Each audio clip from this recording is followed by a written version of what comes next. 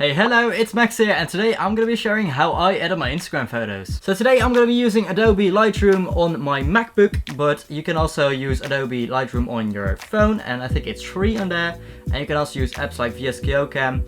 Like editing photos, when you learn the basics, you can basically do it in any app, but every app or program has its own little things that make it easier or its special features. If you want to have your photos stand out or maybe even create your own little style, you can use apps like Photoshop, but that's maybe for the more advanced people or even the people that want to put a lot of time into their photos. In Photoshop you can, for example, add stuff afterwards, you can replace the sky, just let your imagination loose and you can do it in Photoshop. But today we are just going to be doing the basics, and I'm going to show you how to do like basic things like exposure, contrast, maybe some color changes, just like the basic stuff. So enough talking, let's start editing. So let's go to my MacBook. So let's start with opening Lightroom, and that's really easy. You probably know how to open a program. So let's start with this photo for me, and as you can see, it's made in a kind of a garage, a little bit an underground vibe it has. And it's made by a good friend of mine. It was linked to his Instagram. Maybe I can put a photo of him up here. Oh wait, I have a photo of him. This is my good friend Eastcamp, and I will link to his Instagram. He has some amazing photos. He's a really cool dude. But let's start to edit this photo. So he gave me the raw file, and as you can see, this is the result I made of it. So let's select this option and we can drag the reference photo in here. So if we look at the reference photo, we can see that I cropped it in. So let's start with that. I always like to maybe start with the basic adjustments like exposure and contrast, but I also a lot of the times like to start with the composition. So let's select 4:5, that's the Instagram ratio, so if you didn't know that. And I think I cropped in a lot. Most of the time I will just use the real thirds, as you can see. I think most of the people that are into photography will have heard of it. Yeah, as you can see, it's pretty useful. Yeah, I think I cropped it in a little bit more, so let's crop it in. And for the people that are wondering why is there red and blue on the photo, the red means that it's overexposed and the blue means that it's underexposed, and you can get this by using the shortcut J. As you can see, now they're gone and now they're back. This is a really useful shortcut if you're doing your exposure, so yeah, let's start with that one. And as you can see, the blue starts to go away, but now it's getting a little bit overexposed. I really like to keep my photos natural, so let's see, what is this one? Looks about right, not too bright and not too dark. Let's add some contrast. As you can see, that really changes the photo already. But let's also get my reference photo in here. Oh, and as you can see, I cropped it in. Yeah, I need to crop it in a little bit more, so let's do that. I find myself using the crop tool a lot just throughout my editing process.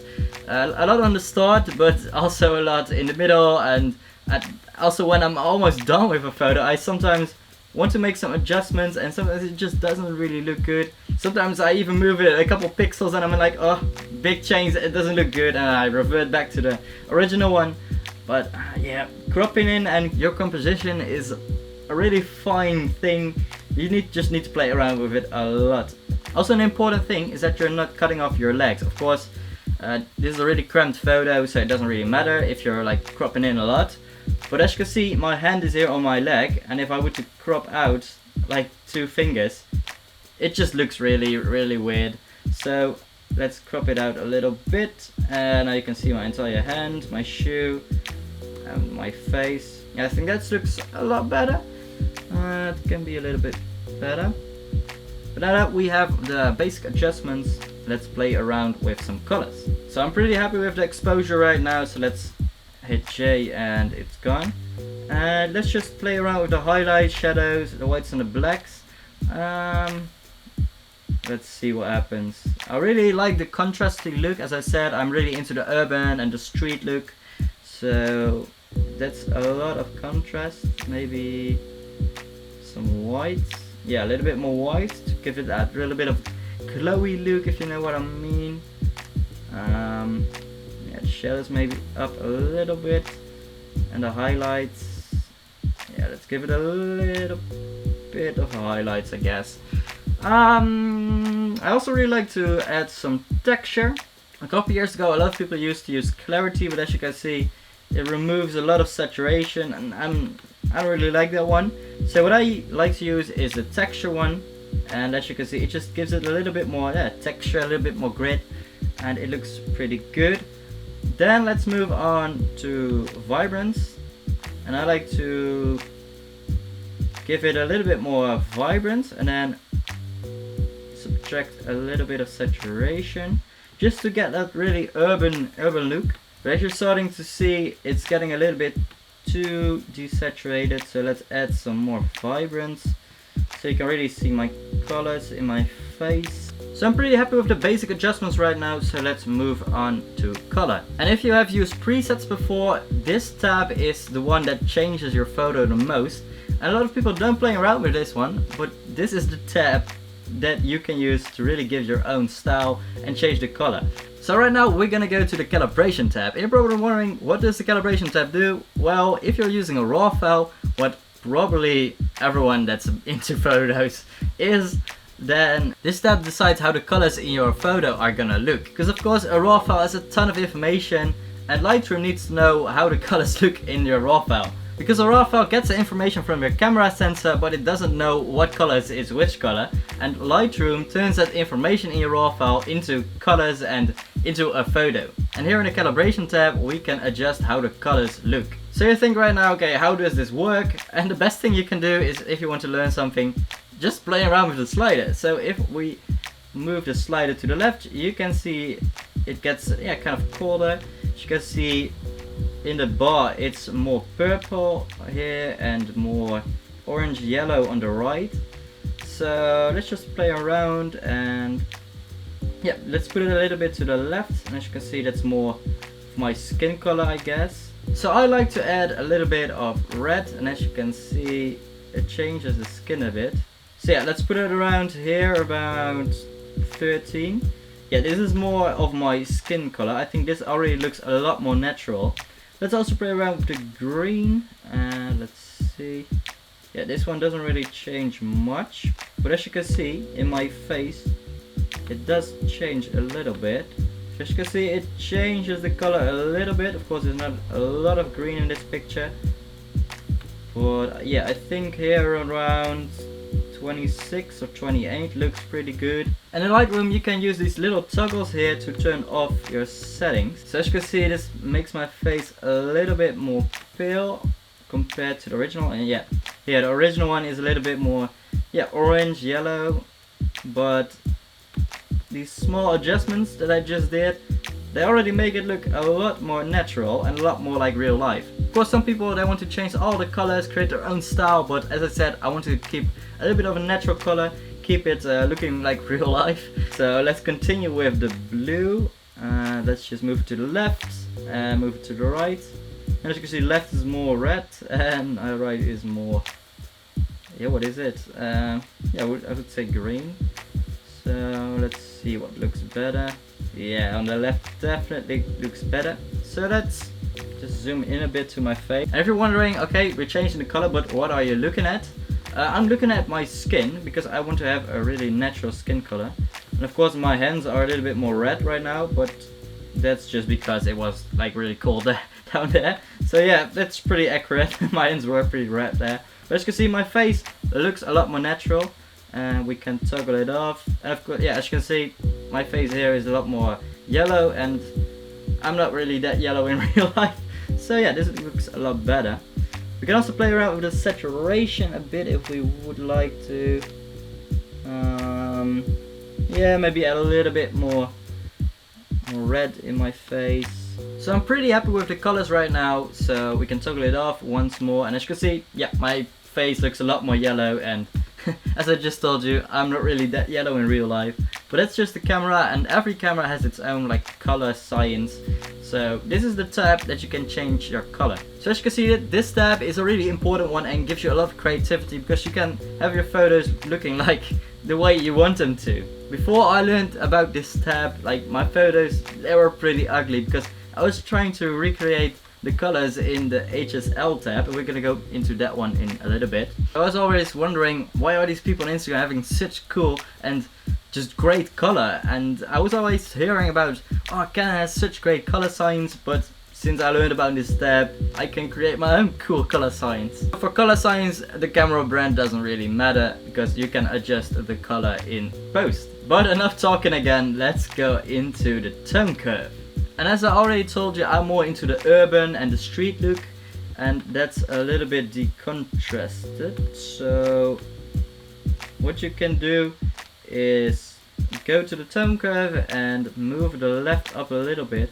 And as you can see, if I do it up, this looks really ugly, but you can see what it does. It just lifts up the shadows a little bit, and that's how you get that kind of faded look. That's what I was trying to say. And you can see what it does if I toggle it off. You can see it gives it that kind of faded look, and that's what we are looking for a kind of an urban and a street look. Also, a thing you could do is remove a little bit of the white, and it's a little trick if you want to have your photos stand out on Instagram, because of course Instagram is white, and if your photo is also really white, it doesn't really stand out there. So that's a little trick we can do. Just move the white or the right a little bit down. So as you can see, we're currently using the RGB tone curve, but if you really want to do some fine adjustments, you could also go into the red, the green and the blue. So let's just see what the red does. And as you can see, you can create some pretty cool looks with it. Okay, this looks pretty ugly, but like you can add some more red into the shadows. And as I said, I'm going for a really natural look, but if you want to have some artistic style, you can use these steps to really create your own style. And if you're still quite new to Lightroom, I would recommend you just look on YouTube for some tips videos and some shortcuts videos, because that can make your editing process a lot more faster, and you can also just learn a lot about how photos editing works. So now we're happy with the tone curve, let's move on to HSL. And HSL stands for Hue, Saturation and Luminance. And the hue changes your colors, so as you can see, if I change my red to orange, you can see that the color changes. And the saturation, of course, you can desaturate it and saturate it. And what's nice about HSL is that every color is separated. So if I think my lips are a little bit too red, I can desaturate them a little bit. As you can see, this changed my lips. But also the cool thing is that you can use this little yellow circle, and you can just click on my lips and it changes the color. So I currently don't really want to mess with the saturation, but this little selector thing is really useful if you want to play around with your HSL. And then finally we have luminance, and luminance is just basically the intensity of the color. So if I put red up a lot, you can see it makes my face a little bit brighter because there is some red in my face. As you can see in the reference photo, my face is a lot more brighter. So let's go to the luminance and select my face, and bam, as you can see, it makes my face a lot more brighter. And now that I'm thinking of it, I'm currently using my own reference photo because I'm already happy with the end product. But you could also go on Instagram, look for a cool photo with some cool colors, some cool edits, and use that as a reference photo. Because trying to replicate something is a good way of learning, and also a good way to learn how the process of editing a photo works. So let's just currently play around with the HSL. So my face is a little bit brighter right now. As you can see on the left in the reference photo, it's a lot more brighter because I think the exposure is a little bit higher in that one. Yeah, as you can see, if I move it up a little bit, you can see it's starting to look a lot more like the reference photo. Let's add a little bit more red into the photo, so my hair looks a little bit more like the reference one. So let's start to play around with the hue a lot more. So yeah, this looks a lot better, but not too red. Then let's see what the yellow does.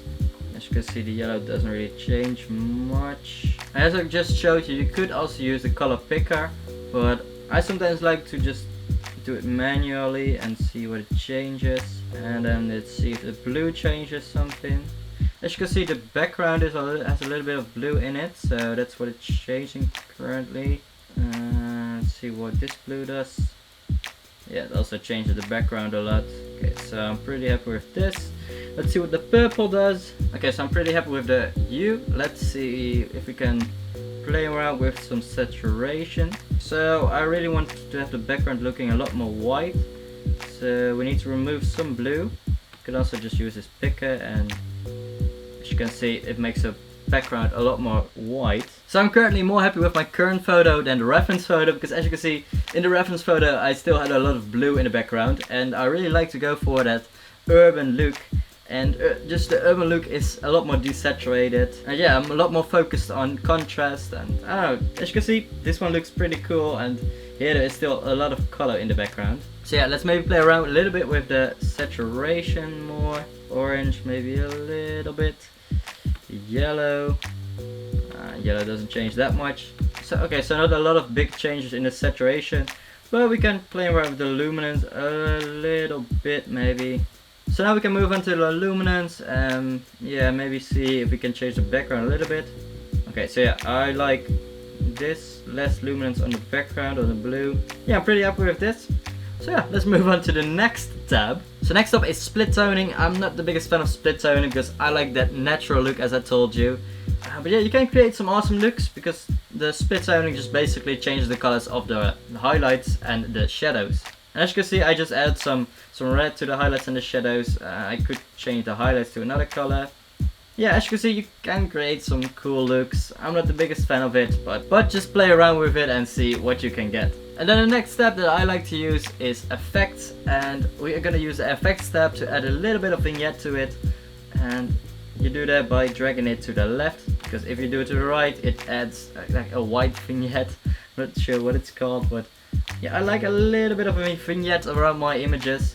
Just makes it stand out on Instagram a little bit more. We can also add some grain. It really depends on the photo that you're editing. Some photos already have a lot of grain because you have a high ISO. And yeah, this one has a little bit of grain. We could try to add some. But it also really depends if you want a really sharp photo or if you want that kind of vintage look. Yeah, I'm kind of happy with the grain already, so let's just add a little bit of grain. So now that we had the vignette and the grain, you can try to add some final things, maybe throw it into Photoshop and just add some things, maybe remove some things. But I'm currently seeing that my hands are still a little bit of red, so what you can do is you can add a little bit of a mask around it and maybe desaturate it a little bit. Let's see if we can do that. So I want to target this mask on my fingers and not on the outside of the mask. So what you do is you click invert and now it's inside this circle. And we're just gonna drag the saturation a little bit down so that the red is not that obvious. And as you can see, just by dragging down the saturation on my fingers, it just doesn't really pop that much, and I like it because I don't like it when my hands are that red. So what we can do is duplicate this mask and also put it on my other hand. Yeah, let's move this one a little bit up so that it's not that strong. Yeah, this looks great, I think. Sometimes I also like to add a mask around faces, just to make the face a little bit more sharper. Because mostly the first thing that people look at in your photo is a face, because of course we as humans recognize other faces. So if you just add a little bit of sharpness into someone's face, it can make your photo look a lot better. So I'm really happy with the final result, and let's take a quick look at how it looked before and how it looks right now. And the biggest difference in this photo is definitely the color. We changed a little bit of the color science and then also fine-tuned it a little bit in the HSL tab, and I'm really happy with the final result. If we look at the final result again, we changed a lot with the exposure, made it glow a little bit more, made it a little bit more contrasty, and also just gave my skin a lot more of a real life color. As you can hear my voice, I'm really happy with the final result. It even looks better than the edit I did for the reference photo.